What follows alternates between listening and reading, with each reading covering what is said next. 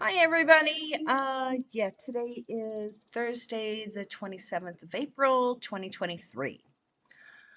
Um, just to go through everything, I guess there is another lawsuit going on with Donald. I guess some woman, J. Carroll, is made some accusations.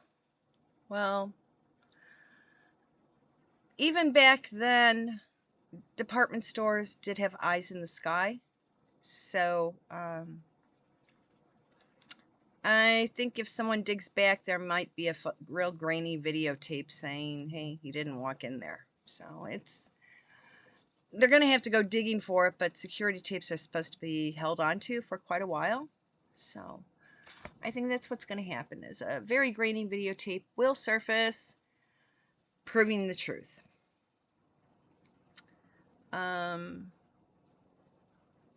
I was talking to some people. Friend has a daughter who does live on the continent of Africa. And they're stating that basically Sudan is a giant cluster mess. It's just ridiculous because now the two warring tribal heads, the two guys that are now fighting for control, one of them has gotten a hold of a medical lab. And in that medical lab were samples of some viruses, measles, polio, cholera. Well, in countries where their infrastructure isn't as built up as it is in many European countries and in America, cholera is spread through bad water. So it would not surprise me if a variant of cholera is already spreading through the country.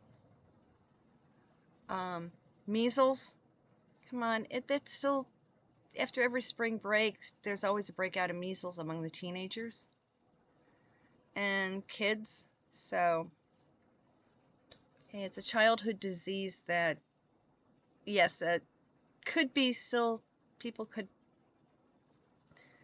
not survive a case of the measles, but now with current medical technology, that's less likely to happen. But at one time it was quite often. And polio, well, most of us who are over 40 did have the polio vaccine. And they consider it a dead disease, but we may have to bring back Jonas Salk's little invention. Now, and especially going on in Sudan, I'm going back to my teenage years. We were in and out of the Middle East a lot, and one country was Iran. And the summer of '79, I remember that there was an edict, order, very strongly worded suggestion that, hey, things aren't too great right now, so we really would like it if all non-essential Americans please move out of the country. Please relocate out of the country. Please leave the country. The only people we want in the country is essential, necessary embassy staff. That's what was going on in Iran, summer of '79. Even Carter did a better job. Jimmy Carter was like, let's get the civilians out. The people that are there is aid workers, medical personnel, teachers, spouses. Let's get all those people out of Iran right now because things aren't looking good. The only people that were left when our embassy was stormed really were essential embassy personnel. And the few Americans that were left in Iran were taken in by the Canadian, the French, the UK, all the other embassies were protecting the few Americans that were essential staff but were able to escape when the embassy was being stormed. They were being sheltered by other governments. Unfortunately, Jojo, who lives at 1600 Pennsylvania, and Blinken, sounds like one of Santa's reindeers. That clown doesn't know his current history, so he said, oh, let's just get the embassy people out first, and then everybody else is SOL. Can anyone say Benghazi? Lincoln, if anything happens to the American citizens, Blinken is going to be like Lady Macbeth, trying to wash something off. Remember the scene? She was trying to wash something off her hands. That'll be Blinken. Because, like I said before, Sudan is turning into Singapore. Winter of 41 going into 42. Think back. Go look at a couple movies. I mean, there's one you can find online. It's called Paradise Road. It shows the fall of Singapore. Go look for them, because that's what's going on. And yes, Susan Rice was gallivanting in Africa. Where Susan Rice goes, trouble is soon to follow. We really, really have got to work on getting rid of these people, because they're just, besides destroying the country, they're also allowing these people who call themselves teachers, which are more, they're basically government programmers. They're out to brainwash the children.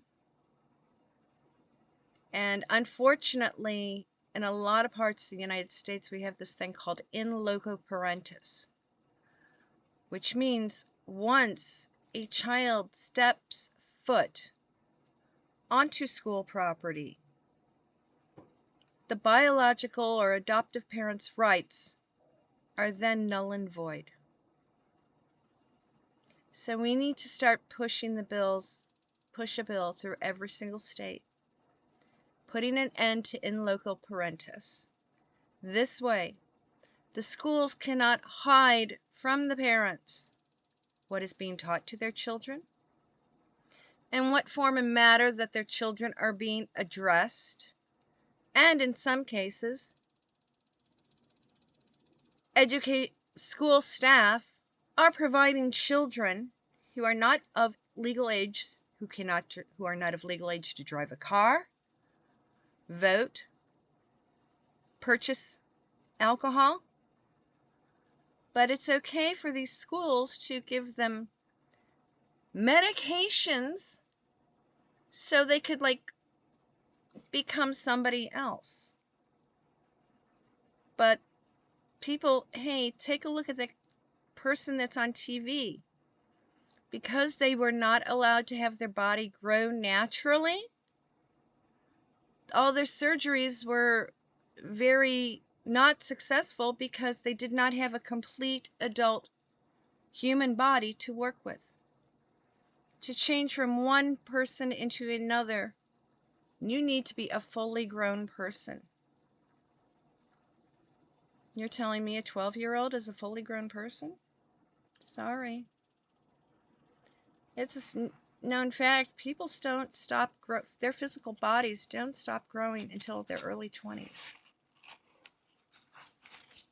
So we need to start working on that. Otherwise, it's not. There's going to be schools will decide that if a parent doesn't agree with the teacher's train of thought,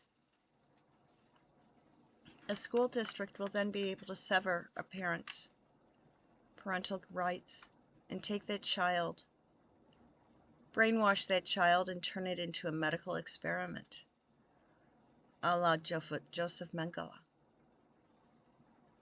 That's what's happening in the schools. It's a continuation of Mengele's experiments.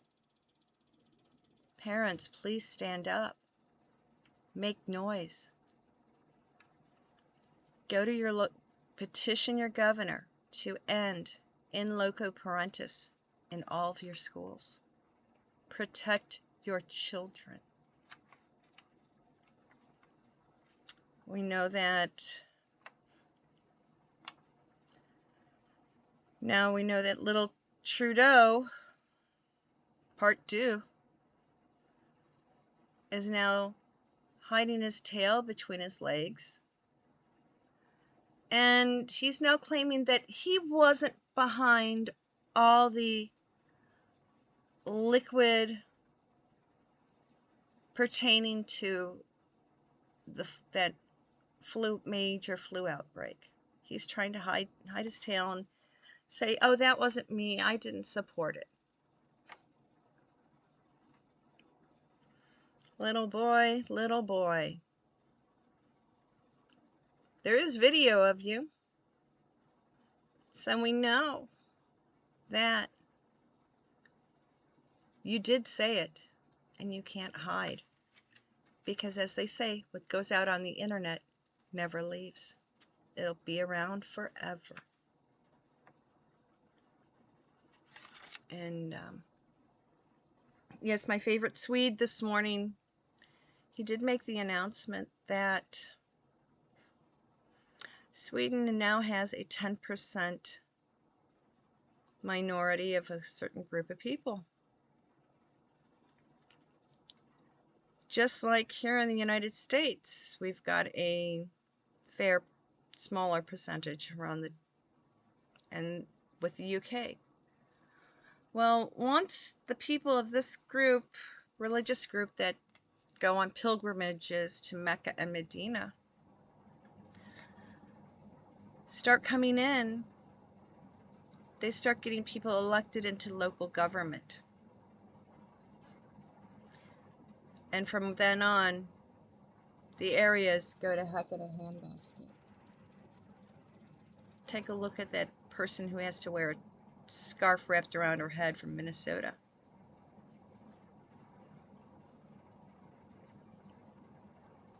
It's now happening to Sweden. What has happened to the UK and what's happening here in the United States. I think we need to start putting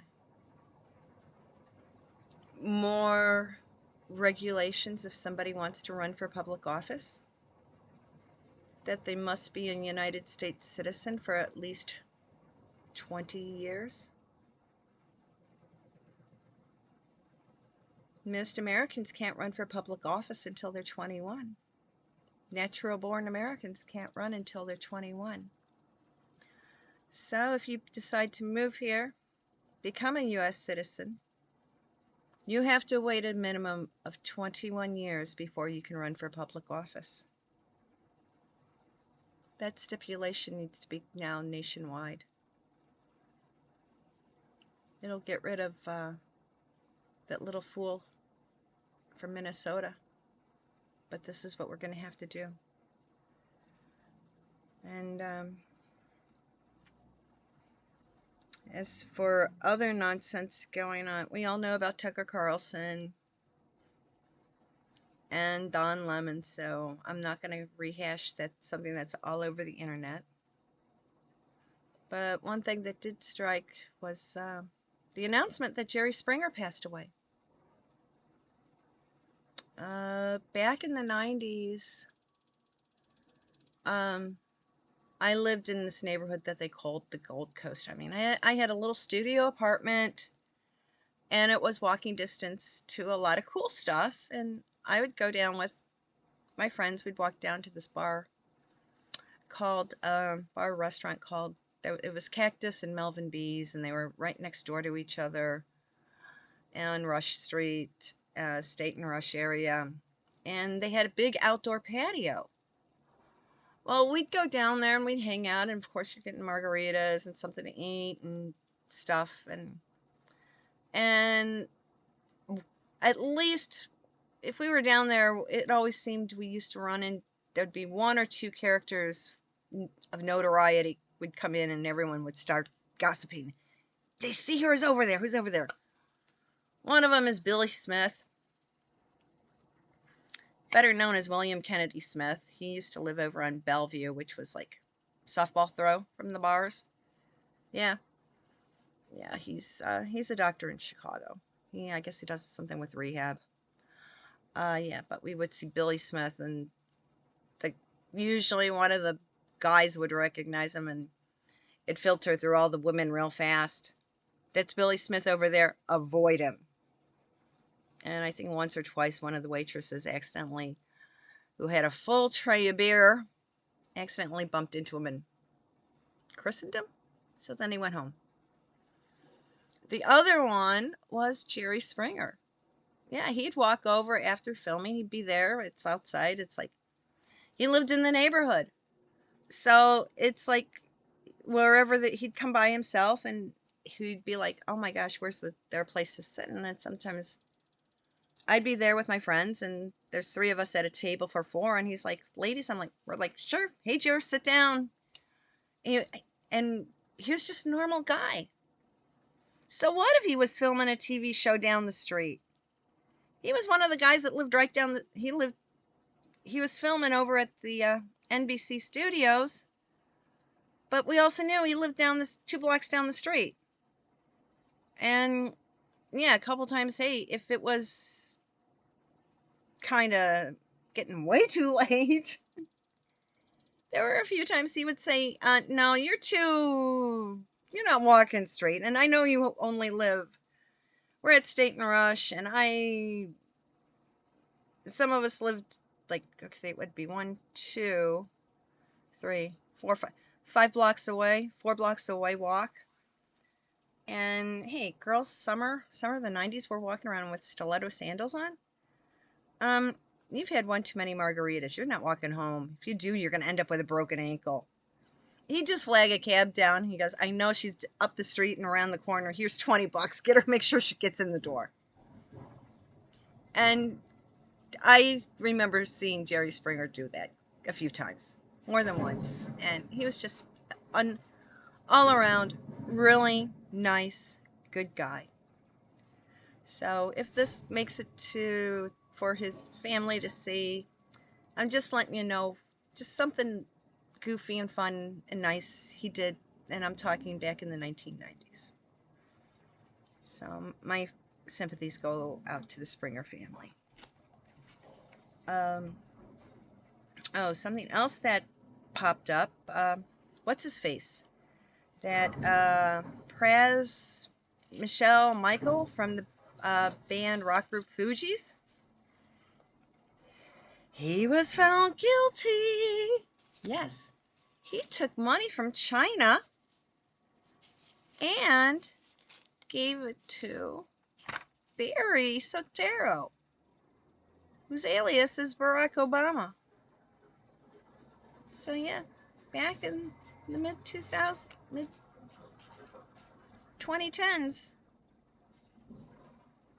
2000s, yeah, the aughts and the tens, a rap artist getting money from China, the Big Red Sea, and then giving it to Barry's campaign?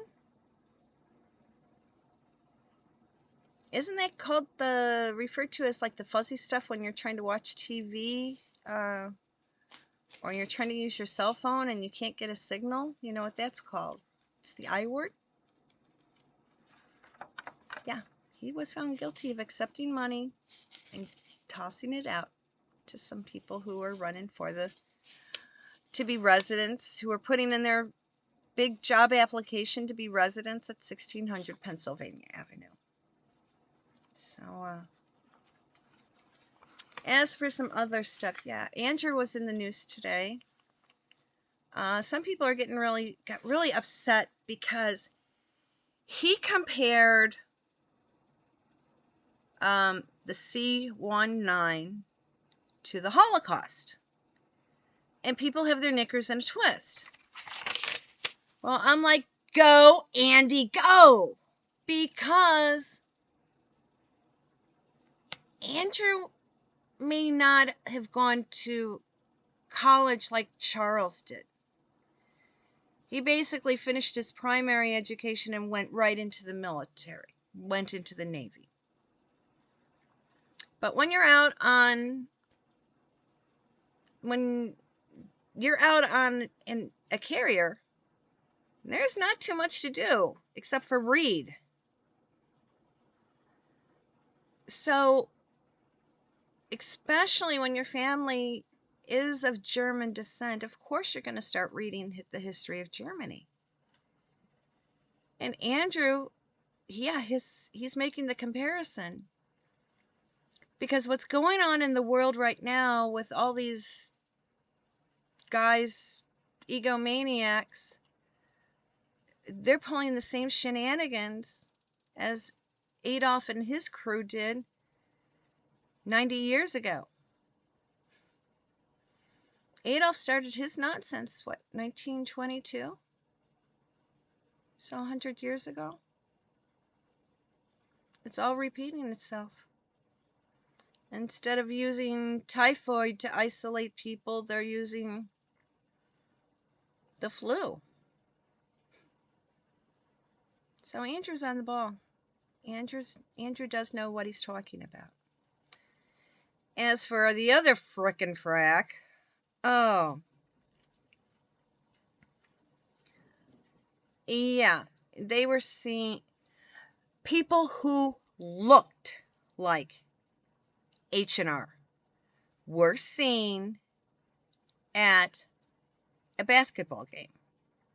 Now, all large stadiums, if it's a hockey game or basketball or indoor baseball, like the Astrodome, and I think there's Cobo Center has anywhere that's a domed stadium, they've got the big Jumbotron in the center that drops down, so of course they have to have the kiss cam. Okay, I think it was Rachel there. But I'm still getting the feeling that Henry is... Actually, they've got him parked up. I keep getting that he's parked... His butt is parked up at Balmoral right now. And that was a lookalike. Because he went in for the smooch and she recoiled.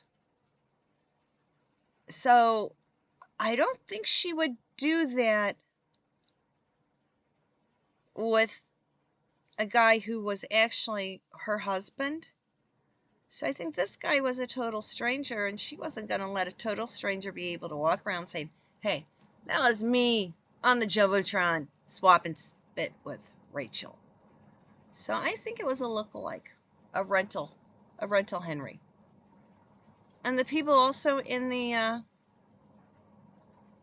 VIP box, skybox, they say they were employees of Archwell. I think they came from a private casting company who's having these people sign an NDA. There's a lot of starving actors and actresses out there that'll do whatever for a gig. And this could have been classified as a marketing gig to market H&R and their brand. Well, and now this thing is being released because I do think Henry has internet access up in Balmoral. Or it was already set up. But the paperwork, the deposition that for the hearing for the court case worth of wiretapping, phone hacking. In Henry's deposition, he did put out that he's really upset because his brother had got an out-of-court settlement for the same thing. But his brother then donated that money to charity. Didn't go in his pocket. It didn't go in his bank account. It was donated to charity. It was like £1 million from what I heard. And now they're saying that the charity was the Invictus Games. So Henry is got his knickers in a twist because his brother settled out of court and gave the money to Invictus, which is a true charitable thing, but H&R aren't that charitable. And they're both squawking about how they want the press to stop the stories. But wait a second. H&R started the stories. And they're upset because Henry then trash-talked his stepmom. Well, now Henry's older stepbrother is coming out of the woodwork, has come out of the shadows, and is defending his mother. So H&R had better watch their butts because, unfortunately for them, they have burnt so many bridges. They have no sibling that will come to bat for them. So it's, and the other, oh yeah, okay, so Tom Parker Bowles is speaking out in defense of his mom. The H&R are trash-talking William and Catherine. Well, it seems that the Middletons, the Wales, or Cambridge, or what are they? Yeah, the Waleses now. They have somebody now who can talk. Besides Uncle Gary. Spencer Matthews. You see, Pippa is a really good sister. Pippa's husband is an excellent brother-in-law to Catherine and William. Pippa's husband has a brother. So, Pippa and her husband now have his brother speaking out in defense of William, Catherine, and the kids. So that's it's the William and Catherine. It's the brother of the brother-in-law who can say what needs to be said without any repercussion. So I guess Spencer Matthews and Tom Parker Bowles, I give them, you guys keep doing a great job. You're doing a great job. Keep at it. Henry and Rachel, if you had played your cards right, you might have somebody to defend you. Silly little girl. Silly boy.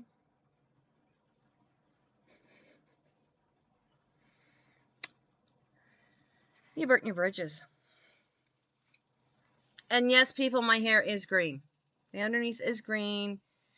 It did get a little bit cut. I had to go do something, and yeah,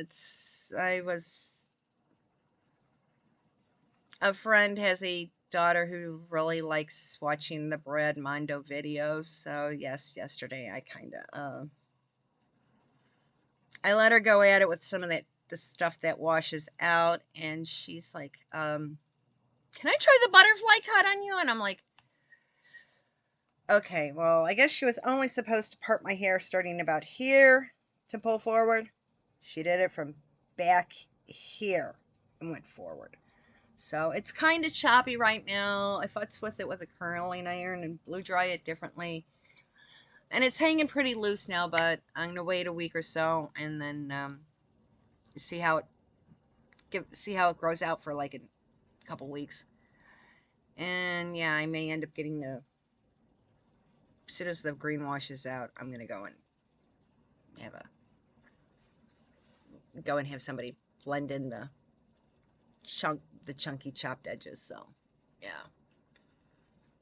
well, at least Rachel won't be copying my hairstyle then, my long and straight. Although it is very naturally curly, so I do straighten it. So, but that's all I've got for you right now. I hope everybody's having a wonderful day. Have a wonderful evening. Today is Thursday, so I will have a pre-recorded video for you on this Saturday. Catch you later. Bye bye.